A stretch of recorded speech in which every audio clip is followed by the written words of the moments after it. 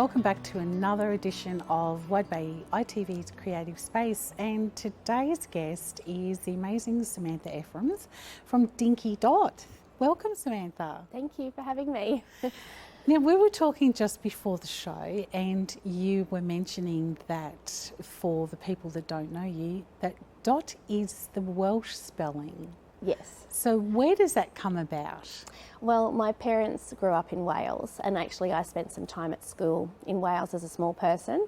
My family are all there, and actually my dad's buried in Wales, so I have a really strong connection to the Welsh part of my family. And I feel it's always, growing up, I spoke a little bit differently to other people, and it's just part of my DNA. So I've noticed now Samantha's brought along a collection of some of her beautiful and amazing artwork, and one of the things that you are getting really well known for is these beautiful love spoons. And it ties in with, we've just recently done a show with the Bundaberg Pottery Association, and it ties in with doing pottery. So can you just take us through how it come about, the interest? Well, I work with children in my everyday job, and one of my passions has been about helping them find some pride in their culture, whatever that culture is. And we have a lot of migrant families in Bundaberg, so there's a real wealth of community out there, and a real lot of interest for children to discover who they are. And a few years ago I thought to myself, I'm doing this for other people, why don't I do it for myself? So my parents grew up in Wales. My mum's actually English, but she moved there as a 2-year-old. And I just thought, how can I connect to my own culture and feel a little bit connected to my ancestors as well? So love spoons is a lot of contention. They are these days mostly tourist items that people will buy. But I subscribe to the belief that they have been around for a very long time. There's some conversation around that, hundreds of years anyway, and they were traditionally carved by a suitor and given to someone to show what they were offering. So, you know, a wheel means that I'll work really hard, a heart means I'll love you forever, a padlock is about protection, the number of beads and things are about how many children you might like to have. And then if you accepted the spoon, that was something that you hung in your house as an artefact to show what the values of your family were. So it was a bit of a running joke with my husband. My mum bought him a spoon when he proposed and said, you need to give her a spoon. She went to Wales and she got one, she brought it back, and he just kept putting it off and putting it off. And suddenly we'd been married 10 years and he'd never given me the spoon. So at our 10th anniversary, I framed the wooden one that Mum had brought back, and for our 20th wedding anniversary, I carved him a spoon. That was about our story together. So it had, you know, the beads on there for our children and 2 wheels because we worked together and that sort of thing. So that's where it started, and it was just a bit of an interest. So I just kept going. And the Bundaberg Pottery girls were amazing. I went in and explained what I wanted to do, and they said, well, we don't think that's going to work. And I do love a challenge, Karina, so I kept going till it did work. We were talking about some of the things that do work and don't work, and you were saying there's a very high percentage of the work that doesn't turn out. Yeah. And we were talking about that, and one of the things that we learned is, you know, because it's so small and so tiny. Was that daunting at first? Did it put you off? Look, I've never been afraid of failure. I grew up in an ex-housing commission suburb. So if you think of housing commission, and then the ex-housing commission suburbs are where they're not good enough to be housing commission houses anymore. So a lot of my neighbourhood was making things and fixing things, and my parents were both makers too, you know, and so I saw a lot of failure, a lot of things falling apart and putting them back together. So I'm not afraid of failure, I just see it as a bigger challenge.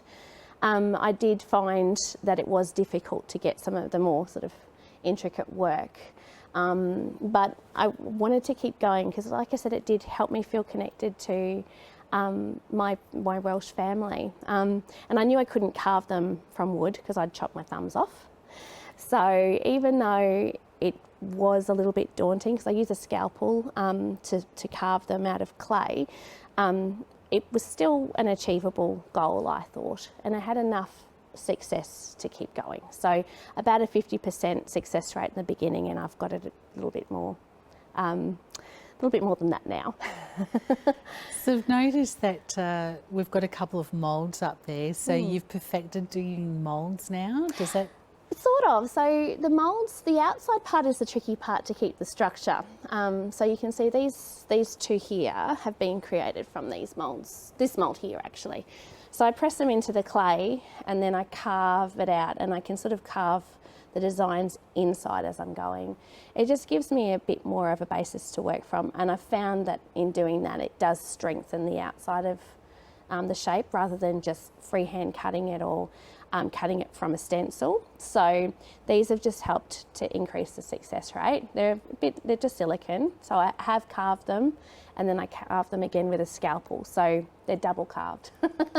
And I have both my thumbs. You were talking about when you first started. So how long have you actually been doing this as a commercial sort of Not venture? very long. I sort of had some work in here and now with Bundaberg Regional Art Galleries, and that got me a little bit out of my shell because a lot of my artwork is at my house hiding from the general viewing public. And I had some really lovely comments and felt really encouraged and supported, and the gallery is amazing. And through that, I then got involved with Design CQ, so with Shelley Pisani, and she said, look, I think there's something of interest with your spoon. She'd seen the one I'd carved for Jason and said, how about you put some of these things into this travelling exhibition? And so I did, and a couple of them sold. So that sort of made me feel like there was something there that people were interested in. The Bundaberg Art Prize as well, I sold some spoons there probably 3 years ago. So that's where they first started getting out into the public eye, and there's been a lot of interest. People are really curious about them. The fact that you don't eat with them and they're something that's presented as your values, I think it's just a nice way of, displaying who you are. Well, that was an interesting sort of point, was when you mentioned you don't eat with them, because I'm looking at them thinking, I don't think you could use them for anything, unlike a wooden one. Yes. But they are just absolutely exquisite, and I love that idea of your cultural sort of DNA and how we all have different things. Like I have a Celtic, DNA. So there's Irish in my ancestry, and they're a lot into the knots and the weaving and the work. Yeah. And plus, I've got to admit, I love the Belique pottery that they do over there. Can't afford it, but I love it.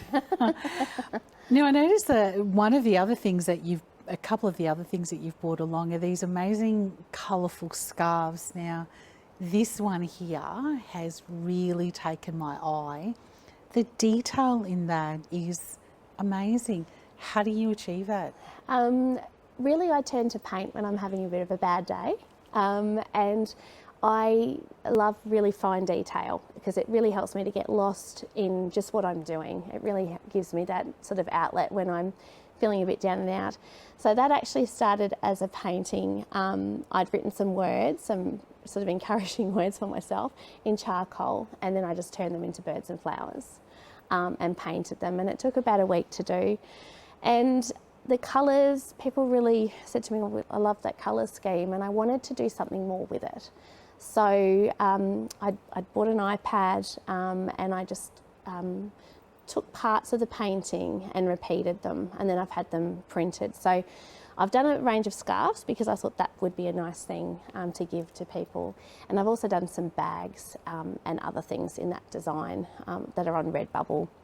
So a few of those have gone out as well. But it is a very different sort of palette, and people love that it's still painterly, even though it's a digital design. I think that's an interesting concept, because I guess in days gone by, before the world of digital, we would have sat down and we would have screen printed that or hand painted that and replicated it, and it would have taken a long time, and there would have been, I know myself, usually tears and disaster. But it's just another form of art. So, but looking at it and looking at the detail, I'm not sure whether or not I could have done that if I'd been painting directly onto the material. But it's just amazing, and the colours, and the one that is over there, the beautiful blue.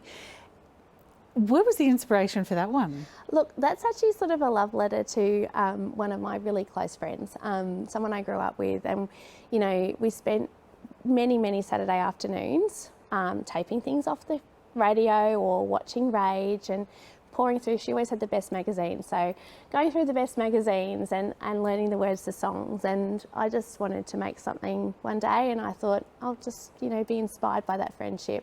You know, we've been friends for, you know, 40 years, and it's I just wanted to recapture a little bit of that. My kids are teenagers now, and I was sort of reminiscing about those long Saturdays that I spent with my best friend.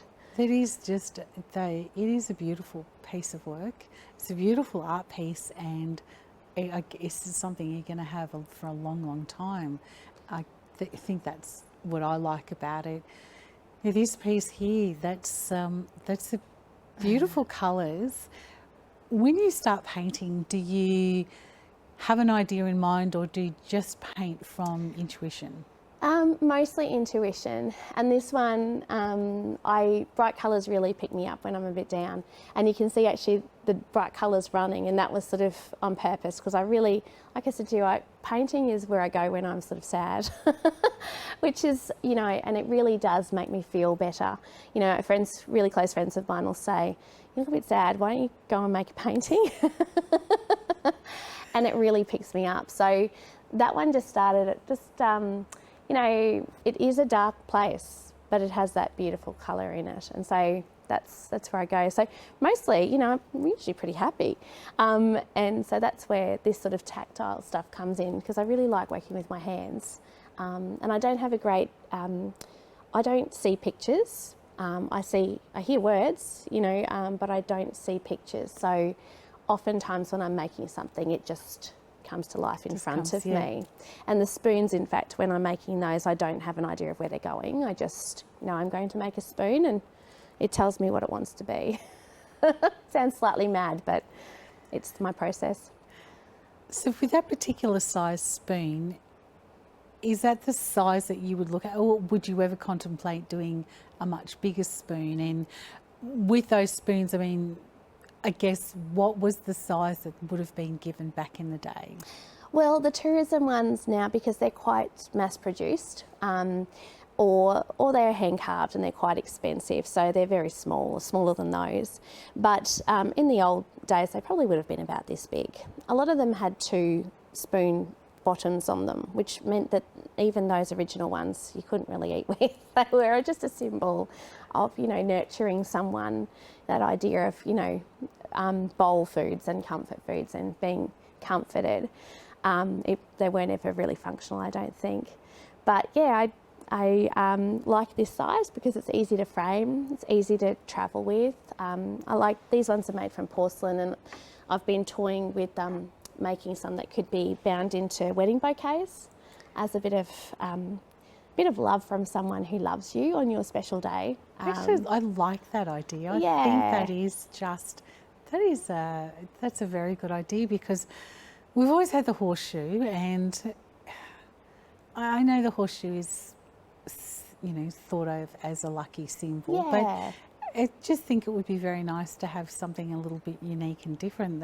It's quite unique. And then it could be framed or put on a dresser or something, you know. I think it's just a sturdy little thing. So these are porcelain because they're quite white, and I wanted to experiment with making them white. Unfortunately, porcelain is pretty difficult to work with, so these ones are just prototypes. I really want to work on moulding them so they feel a little more handmade in your hand. So with the colours of the spoons, are there traditional colours? Like, I noticed these are very kind of earthy, raw colour. Does anyone ever say, oh, I want one in bright pink or bright blue, or? I haven't had too many custom orders. I have made a few for people who've had babies and they wanted to show their home, their values of their home in their nursery. But I've tended to stick with white there. They generally are carved from wood, so they're a wooden look. And that's why I sort of wanted to make them look sort of earthy, so that they still had that feel that, you know, they could have come out of a forest. You can see, like, I love leaves and birds and trees, and so I always feel like I get drawn back into nature when I'm doing anything really. So there's, going on from the pottery, I noticed there's another piece that you've done up there. What was the inspiration behind that piece, and how did that one come about? Through the Design CQ sort of process, there was a program where artists came up to Bundaberg and looked at how could we celebrate Bundaberg's, you know, special uniqueness through art. And we went out to the macadamia farm, and they said, well, what could you do with the offcuts of the wood from the macadamia farm, or offcuts of the process of processing those nuts? And I couldn't really come up with anything, but I did take some photographs and carve out of, again, silicone, some macadamia leaves and nuts and the flowers, and then press them in. And I'm a very tactile person. I like this. It feels like it's been made by hand and not mass produced. And interestingly, when I've sold at markets, the wonky ones are the ones that go first. So I'm really happy making things that aren't perfect. And I have been making, I think I've got some photos for you actually, charcuterie cuties, which my 16-year-old thinks is highly embarrassing as a title. But some little artworks, little tiny artworks that could sit on a charcuterie board, again, you know, on a wooden board, and just be something beautiful left when all of the meat and the cheeses are gone. That's actually a really good idea. And how did you get that inspiration? Because I've got to admit that when they're demolished, you're sitting there left with just a board with the offcuts and remnants that just don't look very attractive. That's part of it. I mean, I really love a good cheese platter. Like, that's one of the best things in life, I think, is sitting down with some friends and some good cheese. Well, Dinky Dot, so dot means small and whimsical, and I wanted to make some small scale artworks. So very similar to these, I had carved, not into silicone, but into vinyl, some trees and leaves and birds. And so pressing them into clay and then cutting some really small artworks that could be used, because I think, you know, we collect a lot of things in our homes, and if some of those things could be a bit more beautiful, wouldn't life be more enjoyable? When you're washing up, you know, to find that little artwork that's hidden, special. So when can I expect to see these out on a Oh, look, I made quite a lot last year and went to Christmas market, and they just flew. So I have got up at the pottery shed, there are about 7 or 8 of them waiting to be glazed, and I want to do a good run in the shed one day and crank out maybe a few more. Well, I'm sure they will be absolutely sold within minutes of being finished, because I think that there is a niche market, and I know I would never have thought of that. And I'm glad that somebody else has. But looking at your artwork too, and going back to when you said that you found the pieces that weren't, in your eyes, perfect, sold the most. And I always remember somebody said to me, and it was Jane Marin when I first started doing art classes, and she said, there are no mistakes in art. And every piece of art, and I think we're all guilty of it, is that we keep working at a piece because we want it to be perfect in our eyes, when everyone looks at it and says, I just love it the way it is. And I know my friends will often say to me, step away from the paintbrush, step away from what you're doing.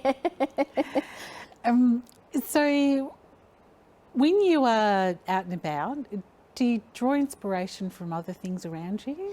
Yeah, we went on a family holiday this year, and actually these are, I mean, they're quite wonky. It's a train and it's really wonky, but I just paint by heart. You know, I just wanted to get something down on the page really quickly. So those are from our family holiday earlier this year, but oftentimes it's colours or textures. I really am drawn to texture, in case you couldn't tell. And so I'll find myself taking photographs of unusual things, you know, a bit of bark or some trees or whatever it is that strikes my fancy. And that really does sort of feed my soul a little bit too, you know, flicking through those photos later and thinking about what's next. Going on the artistic journey and having a look at some of the colours that you use and the textures that you use, is that something that you find, can you impart that to your students at all? Does any of them, you know, have any of them taken an interest? Yeah, look, I do run a maker space once a week, and so I teach coding and robotics. So there are a lot of kids who are really into code because that's the way of the future. But I always try and slip in some art in there as well, like, you know, make your own avatars or your own backgrounds. But I do have quite a dedicated core of about 12 kids who just come to paint. And I don't mind what you paint and what you paint on, because why stick to paper? And I think that that's something I do take in my paintings and say, look, I'm not really sold on this part or that part, but they say, well, we love it. And I say, well, that's how you have to understand other people might feel about your artwork too.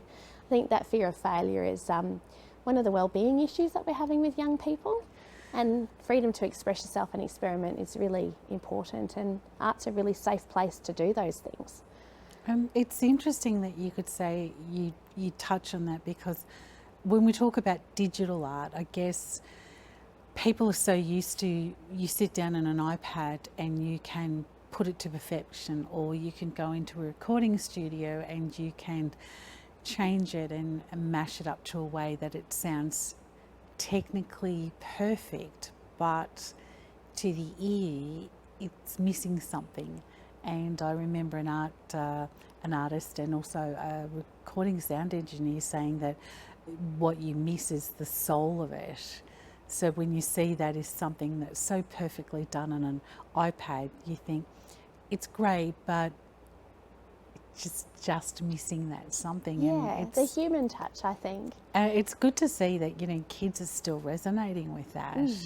And like you said, you know, we're missing out a big part of that, and kids are too afraid, or maybe not too afraid, but I often wonder if it's brought up from a generation where they don't let their kids play in the mud anymore, and we no longer build sandcastles and mud pies. And I mean, I know as a kid I was always in the mud because I didn't have clay. Yeah. So, and I think about it now, growing up in a farming community, we would go down, I think back now and I think, we must have known something, but we used to get into trouble for going down to the dam and taking buckets of clay out of the dam and sitting there and building something, and it didn't quite work, but I guess that was part of the adventure. So it is an adventure, isn't it, making art? And I think, you know, when I was younger, I always wanted to be an artist when I was young, and I always had access to pencil and paper.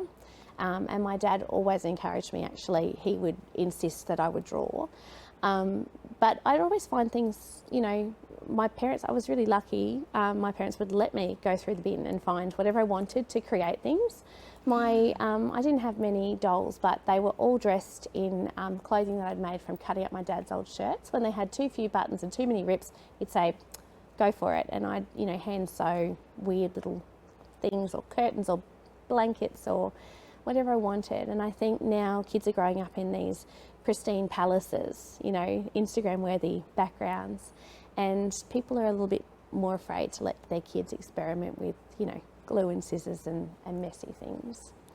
Well, it's quite interesting when we talk about that, because I do remember the Milby Festival a few years ago, where some of the best fun that I think adults and kids were having were making the pictures out of ripping up paper and just gluing them. Yeah. And I always remember that brief, and I was so grateful for the experience of being told, well, someone's pulled out, we need to fill this space, but here's the brief. You can't have scissors, you can't have paint. It needs to be something to keep the kids entertained. Yeah.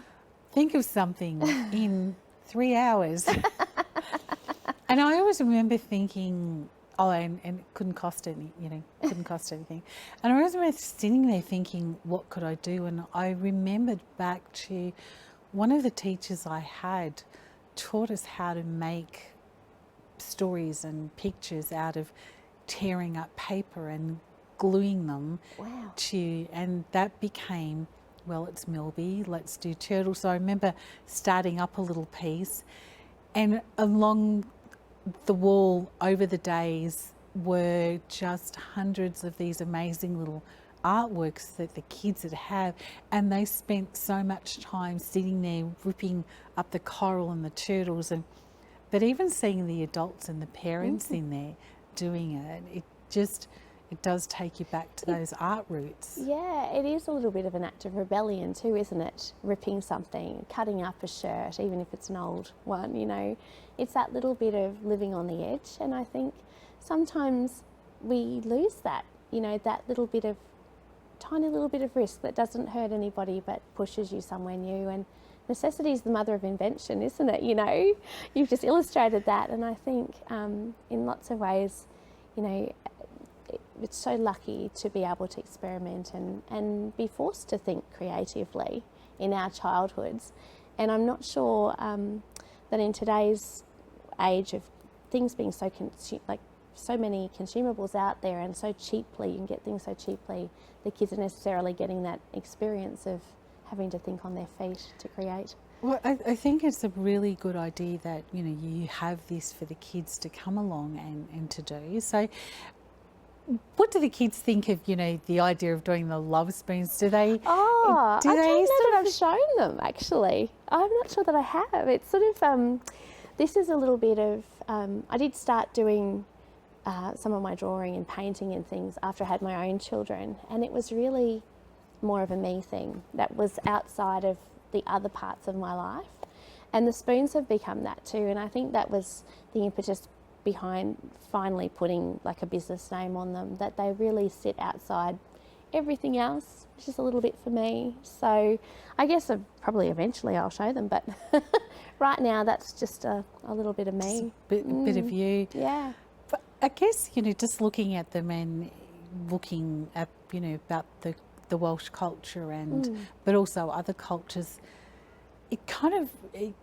I look at that and I think, that actually could be an idea to get the kids to go, well, what would you like to leave behind? Yeah. Do you have your own thing? Yeah. Because I'm sure in every family is different. And I mean, over the years, we've had all these things that, we've had the family car stickers. So you can look in the car and see, well, I have a dog, a cat, 2 kids, and then there's been the odd one with the house split in half. The kids but it does make you wonder, I wonder what the kids of today would sort of impart, or would, what would they make? Yeah. What would they do? I think given the story in our family of Dad failing to give me the spoon and then Mum having to make one for him, I think that my own children will probably make a spoon at some point. I said to the boys for a long time, even if you just get a wooden spoon and just cut some marks into it, it doesn't have to be fancy. But I think that's something that's sort of become part of our family DNA. So my kids are mixed culture kids. Their dad is Indian Sri Lankan. So they have quite a lot of ethnic diversity in their own DNA. And it's interesting to see how they, what culture they feel that they belong to. So my boys are very proud of their Welsh heritage. It's something that they do tell to people. They love their dragons. I think this is something that will hold with them. For my daughter, I'm not sure yet. She's really been proud of her Indian culture over in the past and has loved wearing a sari and things like that. But I think she'll find her own way. She's a very creative person, and I think she'll find her own special thing. Do any of your children, have they taken up painting? Do they sketch? Or are they completely, we'll just get back to that at a different stage, Mum? Yeah, look, it's kind of Mum's thing that she does, and they all think it's a bit annoying, and dinner's late because Mum's got to pack up her paint. So it's interesting though, as they've gotten a little older. So two of them do digital art, so with a pencil and an iPad, and that's something that they've done themselves, and they've been actually very helpful to me when I was learning to do that. So I like to think that I've tried not to push it, because everyone has to find their own way of expressing things. Yep. All three of them are part of the Playhouse Theatre, so they have a creative outlet, and they do play music as well. So, well, I guess, you know, that's theatre is a different form of art. Yeah. It's, you know, it's a visual art. It's, I guess it's, you could say it's a visual and an audio art. Yeah. Because you and I both know, being in theatre, that every story is different and every play is different, different emotions, but even the costuming. And I know myself, probably for me, the theatre is a big part of the art world because it's the visual costumes. I'm into costumes. Probably not so much the acting these days, but the costumes is what I really like. Yeah. And the stories. It's even how you shape your body, isn't it? I find if I do something, my posture changes. And that's part of that visual presentation of a character to the audience. But it's even the props. And that is something, you know, I'd love to sort of get them to come in and show us, that when we talk about art, and I always remember doing a Vita when they had to make the microphones and make them look like that old world microphone. Oh, wow. It's an amazing journey. Yep. It really is, and I love this idea. I think that's absolutely fantastic. So where can we find you next? Where can we get one of these? Well, I have a few of them in the Bundaberg Regional Art Gallery at the moment in their shop. I really enjoy markets, but I don't have a lot of time. So art markets, it's nice because you do get to see other art people, and I look at it as more of a social event where I might sell a few things. So, you know, but you know, if people know me and they'd like something made, I'm available.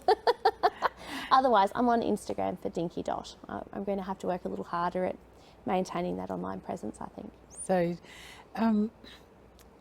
just before we go, and we will have a closer look at some of these beautiful works of art, if somebody wanted to, say, have their own custom-made scarf for you, yeah, is that something that you could do? Yeah, I generally only do custom work for people I really love, because I like to know the person very well to make sure that the art's reflective of me and of them.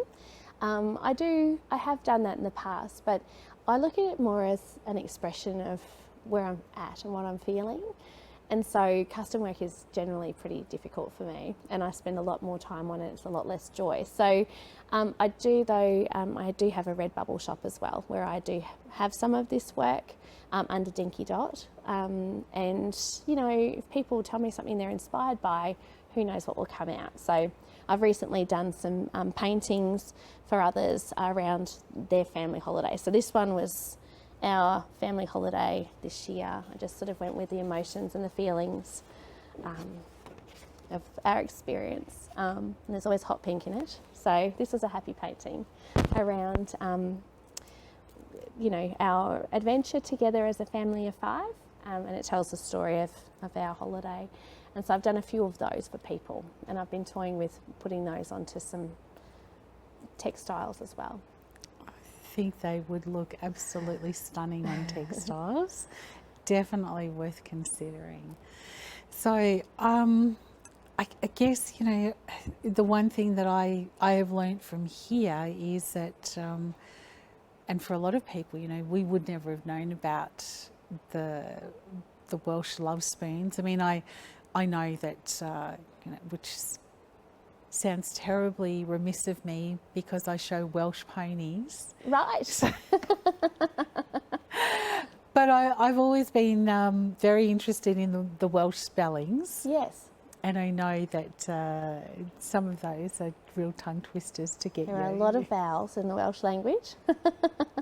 Well, I know one of the studs that I used to compete against in Victoria, when you actually look at it on paper, you look at it and you think, okay, I'm just not sure Yeah. how that goes. But when it's actually pronounced, oh, okay, I think I can see where that makes sense. And I know my own Welsh pony, his show name is completely different. And people just wonder, with the Welsh. But I love you when you're saying the Welsh dragons and Yeah. the Welsh history. There's a lot of that kind of earthiness entrenched in it, and I love that. And There has been a cultural disconnect even for Welsh people too, because going back in history, the Welsh language was outlawed to be spoken on the streets because of union uprisings and things.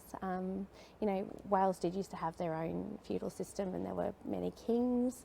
And so Welsh people have had that disconnect too. So my parents grew up in Wales not speaking any Welsh.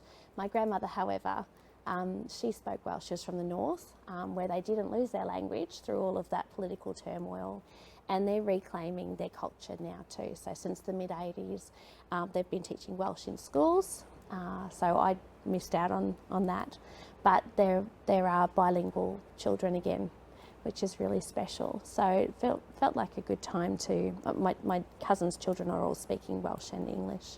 I think it felt like a good time to all reclaim our heritage. That is wonderful news, because I love the Welsh. I love the Welsh language. I cannot speak a word of it. A little bit, just a little. I can speak it for a few show ponies, but Yeah.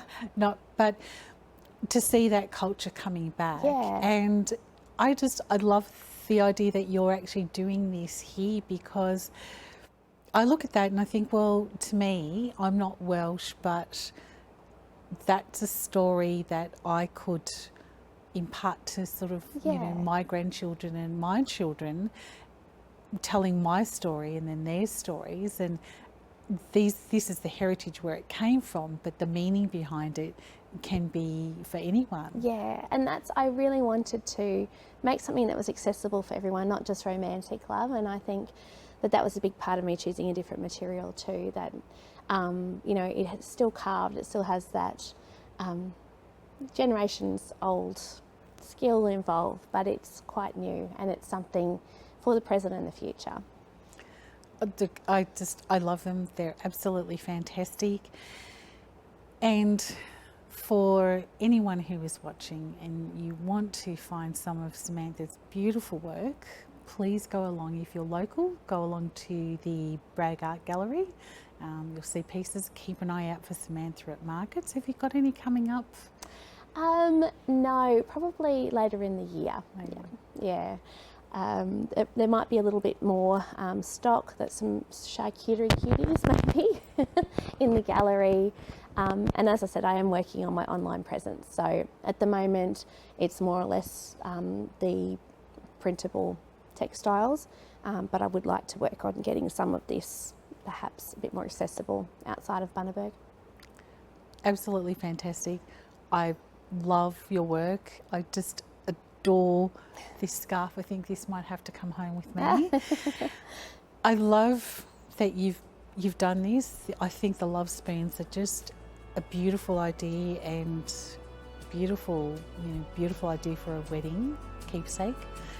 But all your paintings are just, it's so nice to see different takes and different art forms and different media, and to know that it's being promoted, through the years. Is absolutely fantastic. Thank you so much for coming on. But until next time, thank you for joining us, and wherever you are in the Wide Bay, keep creating, and we will see you next time on Creative Space.